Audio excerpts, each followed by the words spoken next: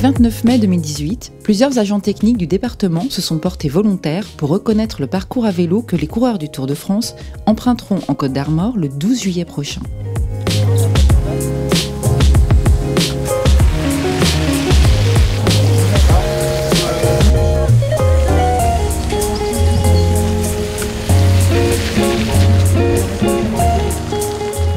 Pendant plus de 3 heures, ces agents spécialistes des infrastructures routières ont examiné attentivement 70 km de route départementale à l'affût de toutes les difficultés qui pourraient gêner le passage du Tour.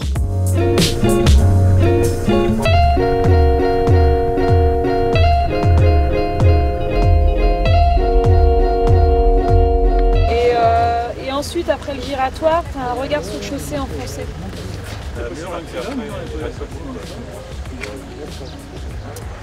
À la sortie du bourg, là, dans le virage, il y a un regard glissant. Ici, un regard rond.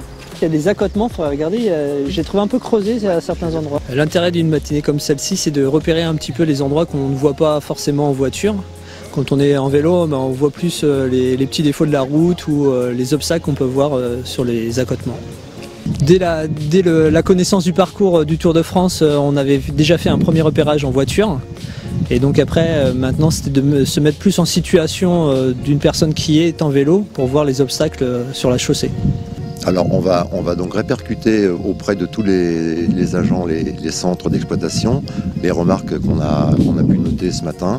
Et on va demander aux agents, lorsque l'intervention est à faire sur une route départementale en dehors d'agglomération, de le faire eux-mêmes. C'est-à-dire tout ce qui est pas de réparation, par exemple remonter un petit peu un accotement qui pourrait créer un danger pour le peloton, et à intervenir auprès de toutes les mairies lorsqu'on a repéré des mobiliers urbains notamment qui est mal positionné en agglomération, et c'est donc la mairie là qui interviendra pour écarter le mobilier urbain ou l'enlever.